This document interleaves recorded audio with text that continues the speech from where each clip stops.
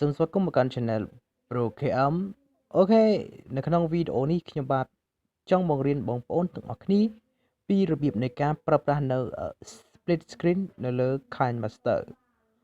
Okay everybody today I have video about how to use split screen on kinemaster អូខេអញ្ចឹងខ្ញុំនឹងធ្វើការបង្ហាញតែម្ដងតើការប្រើប្រាស់នៅ split screen នៅក្នុង kinemaster តើគេប្រើប្រាស់របៀបណាដោយដែលអ្វីដែលខ្ញុំបានដាក់តាំងនៅលើ thumbnail នៅលើរបាំងមុខវីដេអូហើយអ្នកទាំងអស់គ្នាខ្ញុំបានធ្វើការចង្អុលប្រាប់គឺកន្លែង split screen តើគេប្រើរបៀបម៉េចអូខេអញ្ចឹងកុំឲ្យខាតពេលយូរកន្លែង split screen គឺយើងប្រើប្រាស់នៅក្នុង kinemaster បងប្អូនដែលចូលចិត្តកាត់តនៅលើ kinemaster ខ្ញុំជឿជាក់ថានៅពេលដែលបងប្អូនទាំងអស់គ្នាព្យាយាមកាត់តវាជារៀងរាល់ថ្ងៃជារៀងរាល់ខែជារៀងរាល់ឆ្នាំអញ្ចឹងបងប្អូនទាំងអស់គ្នានឹងចេះនៅក្នុងកម្មវិធី kinemaster បាទប៉ុន្តែអ្នកទាំងអស់គ្នាក៏មិនទាន់អ្នកខ្លះក៏អត់ទាន់បានធ្វើការកាត់តក្នុង kinemaster ហើយទើបតែនឹងចាប់ដើមនៅក្នុង kinemaster មិនដឹងថាគេប្រើប្រាស់នៅមួយណាទេមិនដឹងមុខងារមួយណាដឹងមុខងារអ្វីធ្វើអ្វីណាអូខេគឺមានន័យថាមុខងារមួយវាមានដាច់ឡែកគ្នាហើយក្នុងកម្មវិធី kinemaster គឺជាកម្មវិធីដ៏ល្អដែលយើងអាចកាត់ជាវិត្មុនអាចកាត់ជាសិលហោះបាទបានតាមអ្វីដែលយើងចង់បានអូខេកុំឲ្យខាតពេលយូរបងប្អូនទាំងអស់គ្នាចូលទៅក្នុងកម្មវិធី kinemaster ទាំងអស់គ្នាដើម្បីរៀនអំពីkeyword បាទឬក៏ tool របស់ kinemaster គឺ split screen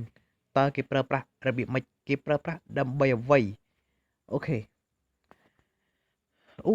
ទាហរណ៍បងប្អូនអរគ្នាចូលមកបងប្អូនអរគ្នាយកសញ្ញាលេខបូកហើយយកអានេះគឺសម្រាប់ YouTube អូខេបន្ទាប់មកខ្ញុំឧទាហរណ៍មួយថាបងប្អូនអរគ្នា add នៅវីដេអូឬក៏ឥឡូវ add នៅវីដេអូឬក៏អ្នកទាំងអស់គ្នា add នៅជាលក្ខណៈរូបភាពណាអូខេបន្ទាប់មកបងប្អូនអរគ្នាចុចយកកន្លែង media ហើយយកកន្លែង background បាទបន្ទាប់មកទៀតបងប្អូនដាក់នៅ background មកឧទាហរណ៍ណាបន្ទាប់មកយើងអត់ទាន់ឃើញកន្លែងsplit screen ទេអត់ទាន់ឃើញទេបើយើងដាក់អញ្ចឹងដាក់តែអាហ្នឹងបាទឃើញទេតលតែយើង add នៅកន្លែង layer មួយទៀតបាទ layer មួយទៀតបន្ទាប់មកទៀតបងប្អូនយកកន្លែងមួយណាក៏បានដែរឥឡូវយើង add នៅរូបភាពចូលណា add នៅរូបភាពចូលយកកន្លែង media ហើយយើងទៅមើលរូបភាពដែលយើងមានឧទាហរណ៍ថាខ្ញុំប្រើប្រាស់រូបភាពមួយនេះណាអូខេហើយអាកន្លែង split screen គឺនៅត្រង់នេះអ្នកនរគ្នានេះ split screen ហ្នឹងហើយអញ្ចឹងបងប្អូនអរគ្នាចុចយកកន្លែង split screen អូខេនេះគឺជាកន្លែងចំណុចសំខាន់បាទគឺជាកន្លែងចំណុចសំខាន់មែនទែនឥឡូវយើងធ្វើការបង្ហាញមួយផ្ទាំងទាំងនេះគឺមានន័យថាយើងបិទគឺមានន័យថាយើងអូសទំហំវាតាមអ្វីដែលយើងចង់បានណាហ្នឹងហើយអូសធំក៏បានតូចក៏បានហ្នឹងហើយអូសបានតែមកដល់ចំណុចមួយនេះណាគឺមានន័យថាយើងដាក់ផ្ទាំងរូបថតនោះគឺឲ្យពេញនៅអេក្រង់នឹងតែម្ដងអូខេនេះដាក់អញ្ចឹងបាទប៉ុន្តែយើងអាចពន្រួមបានទេបងប្អូនអរគ្នាអាចទាញចុះទាញឡើងទាញទៅលើទាញទៅក្រោមទាញទៅខាងក៏បានប៉ុន្តែអត់អាចចង់និយាយថាអត់អាចធ្វើការទាញដូចកន្លែងអកទេណាអូខេហើយចំណុចមួយទៀតគឺដល់អានេះណាអានេះគឺមានន័យថាអ្នកនរគ្នាដាក់នៅខាងក្រោមបាទដាក់នៅខាងក្រោមបាទបងប្អូនទាំងអស់គ្នាចុចយកអាហ្នឹងនោះបាទដាក់ខាងក្រោមជានេះអញ្ចឹងណាដល់ខាងក្រោមជាណាអូខេបន្ទាប់មកអាខាងនេះគឺដាក់នៅខាងលើនេះហ្នឹងហើយអូខេគឺងាយស្រួលទេអានេះគឺដាក់នៅខាង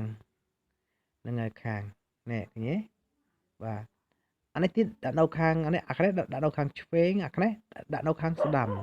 នេះខាងស្ដាំនេះចេះហ្នឹងហើយហ្នឹងហើយបងប្អូនអរគ្នាអាច add វាដូចខ្ញុំទៅហ្នឹងហើយអាច add រូបភាពជាលក្ខណៈ 2 3ទៀតបានដែរដាក់ដូចគ្នាណាអូខេនេះលក្ខណៈធំយើងអកវិញហ្នឹងហើយអូខេ